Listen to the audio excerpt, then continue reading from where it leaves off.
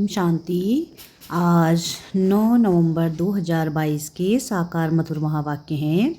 मीठे बच्चे, बाप की गति सदगति करने की मत व राय सबसे न्यारी है, इसलिए गाते हैं तेरी गत मत तुम ही जानो, वह स्वयं अपनी मत देते हैं। क्या कहा प्यारे बाबा ने कि बाप की गति सदगति करने की मत व राय सबसे न्यारी है, इसलिए गाते हैं तेरी गत मत तुम ही जानो, वह स्वयं अपनी मत देते हैं। प्रश्न है आज का, ब्रह्मा कुमार कुमारी कहलाने के अधिकारी कौन, उनका स्वभाव कैसा होगा।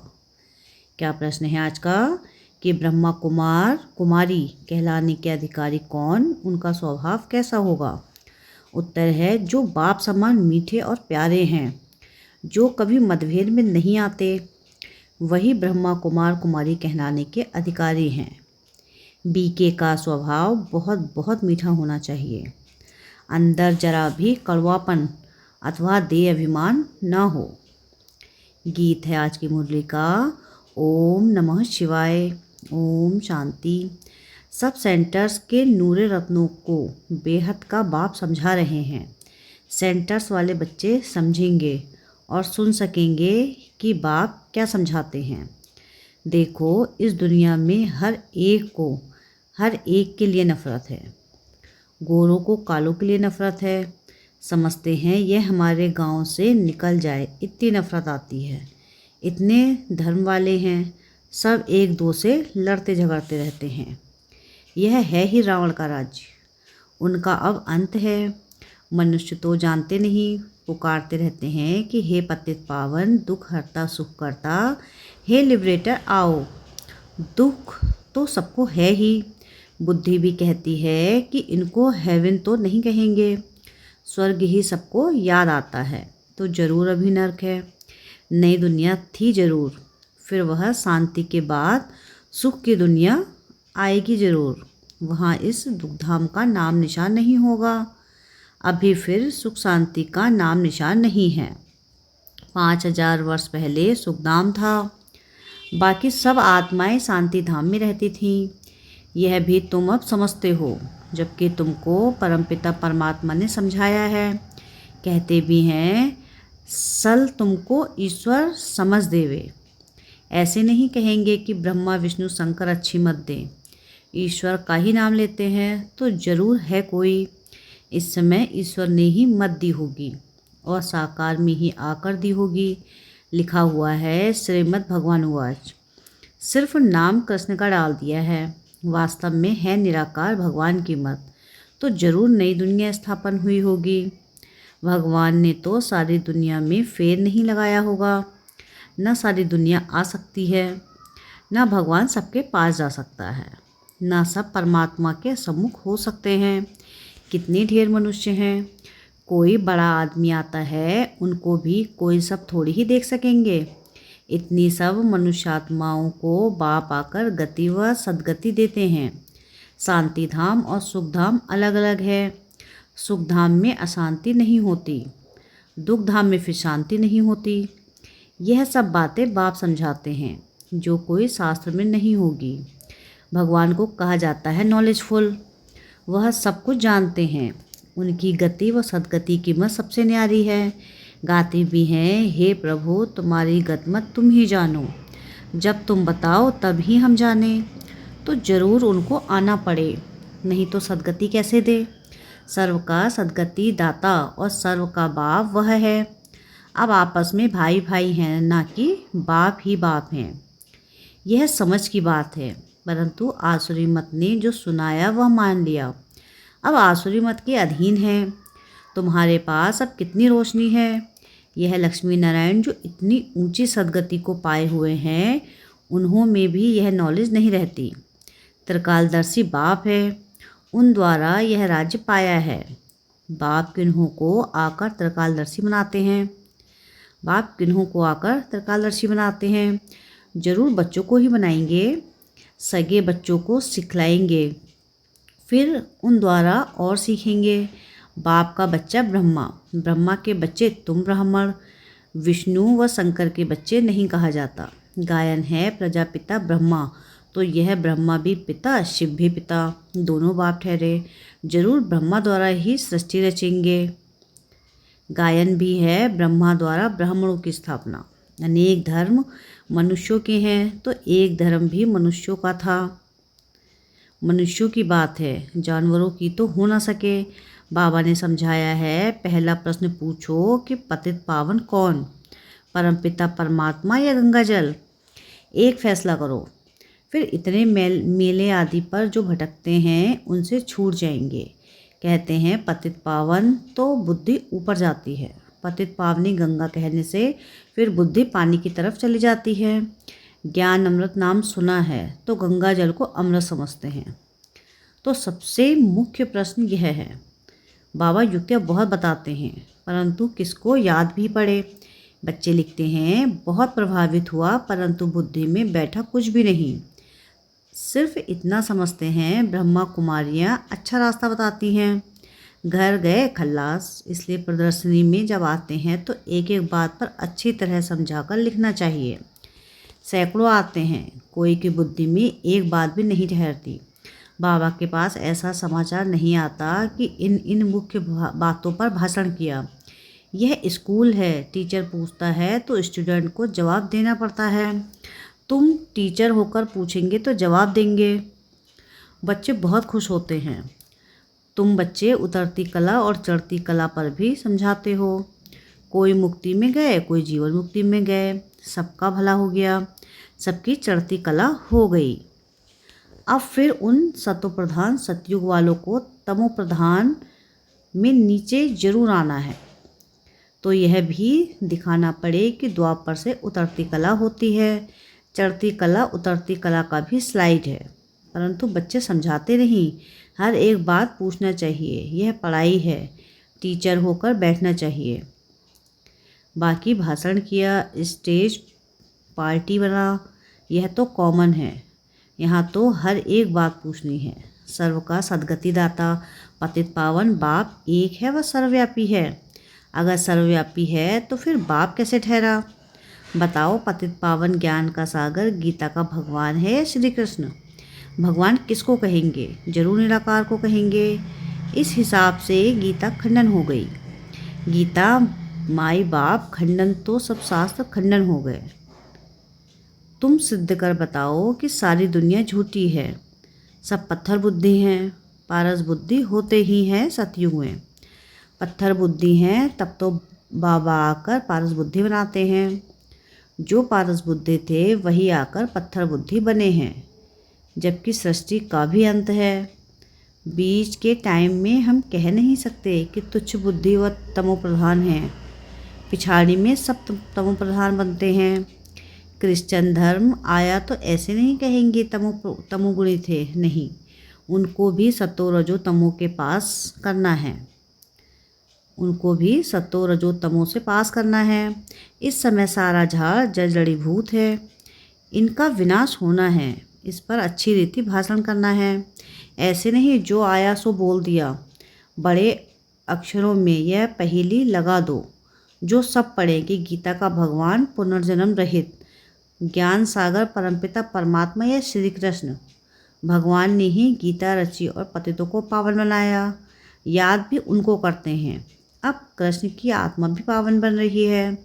इस बात को उठाते नहीं हैं। 5 विकारों के डायलॉग बहुत करते हैं। विहंग मार्ग की सर्विस करनी चाहिए। अपने को अक्लमंद बहुत समझते हैं, परंतु ख्याल करना है कि अक्लमंद कैसे हो सकते हैं। अभी तो कच्चे हैं। हर एक मर्चेंट, हर एक धर्म वालों को तुम्हें अलग अलग निमंत्रण देना है। रामकृष्ण वालों का बड़ा मठ है, हरिजन की भी एसोसिएशन है। उनके जो मुख्य हैं सबको निमंत्रण देकर बुलाना चाहिए। ऐसे काम करने वाले कोई हों जो इनमें लगे रहें। आपस में राय करनी चाहिए। बाप श्रीमत देते हैं, मुख्य प्रोव की बात उठानी है तो माताओं को अच्छी तरह ललकार करनी चाहिए। कमज़ोर नहीं बनना चाहिए। लेकिन कई ब्राह्मणों की आपस में नहीं बनती है। मतभेद के कारण आपस में बात ही नहीं करते हैं। देह अभिमान बहुत है। राम राज्य में जाने के लिए तो लायक बनना पड़े ना। यह है ईश्वरीय राज्य। इसमें आसुरी स्वभाव वाले रह न सकें, उनको वीके कहलाने का भी हक नहीं है। बाप कितना मीठा प्यारा है, तो सब बाप समान बनना चाहिए।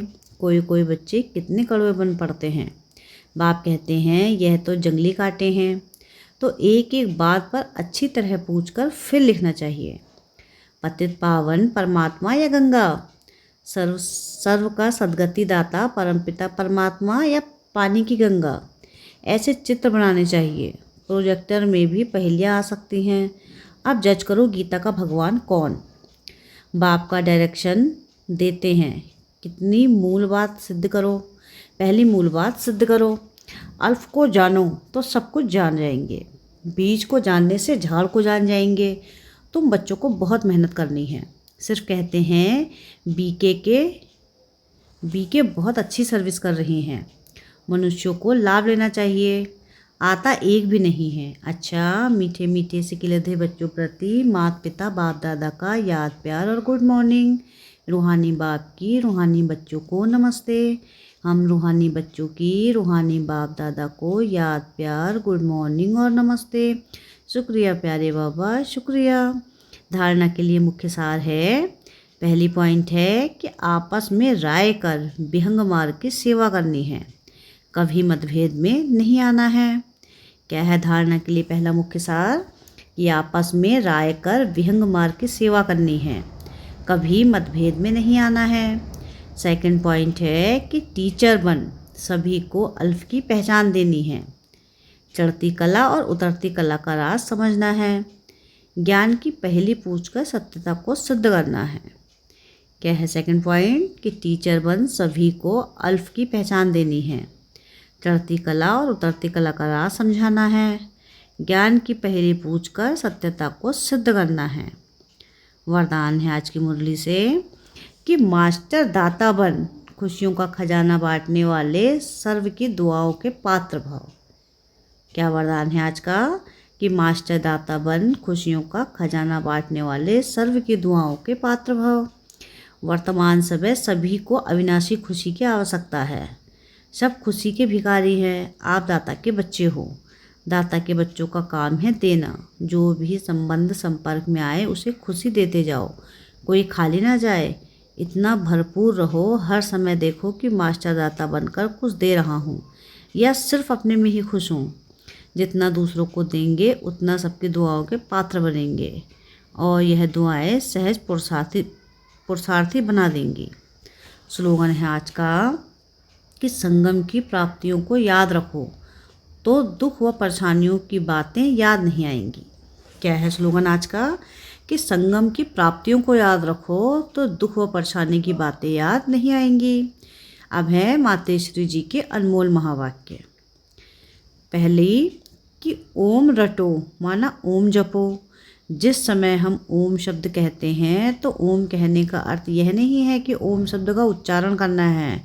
सिर्फ ओम कहने से कोई जीवन में फ़ायदा नहीं, परंतु ओम के अर्थ स्वरूप में स्थित होना, यह ओम के अर्थ को जानने से मनुष्य को वो शांति प्राप्त होती है। अब मनुष्य चाहते तो अवश्य है कि हमें शांति प्राप्त हो। उस शांति स्थापन के लिए बहुत सम्मेलन करते हैं, परंतु रिजल्ट ऐसे ही दिखाई दे रही है कि और ही अशांति दुख का कारण बनता रहता है। क्योंकि मुख्य कारण है कि मनुष्य आत्मा ने जब तक 5 विकारों को नष्ट नहीं किया है तब तक दुनिया पर शांति कदाचित हो नहीं सकती। तो पहले हर एक मनुष्य को अपने 5 विकारों को वश करना है और अपनी आत्माओं की डोर परमात्मा के साथ जोड़नी है, तब ही शांति स्थापन होगी। तो मनुष्य अपने आप से पूछें, मैंने अपने 5 विकारों को नष्ट किया, उन्हों को जीतने का प्रयत्न किया। अगर कोई पूछे तो हम अपने 5 विकारों को वश कैसे करें, तो उन्हों को यह तरीका बताया जाता है कि पहले उन्हों को ज्ञान और योग का बाज धूप लगाओ और साथ में परमपिता परमात्मा के महावाक्य हैं, मेरे साथ बुद्धि योग लगाएं, मेरे बल को लेकर मुझ सर्वशक्तिवान प्रभु को याद करने से विकार हटते रहेंगे। अब इतनी साधना चाहिए जो खुद परमात्मा आकर हमें सिखाते हैं। सेकंड कि तुम्हारी गतिमत तुम ही जानो। अब यह महिमा किसकी है? क्योंकि परमात्मा की सद्गति करने की जो मत है वो तो परमात्मा ही जानता है, मनुष्य नहीं जान सकता। मनुष्य की सिर्फ यह इच्छा रहती है कि हमको सदा के लिए सुख चाहिए, मगर वो सुख कैसे मिले? जब तक मनुष्य अपने 5 विकारों को भस्म कर कर्म अकर्म नहीं बनाए, तब तक वो सुख मिल नहीं सकता। क्योंकि कर्म अकर्म विकर्म की गति बहुत गहन है, जिसको सिवाय परमात्मा के और कोई मनुष्य आत्मा उसकी गति को नहीं जान सकता।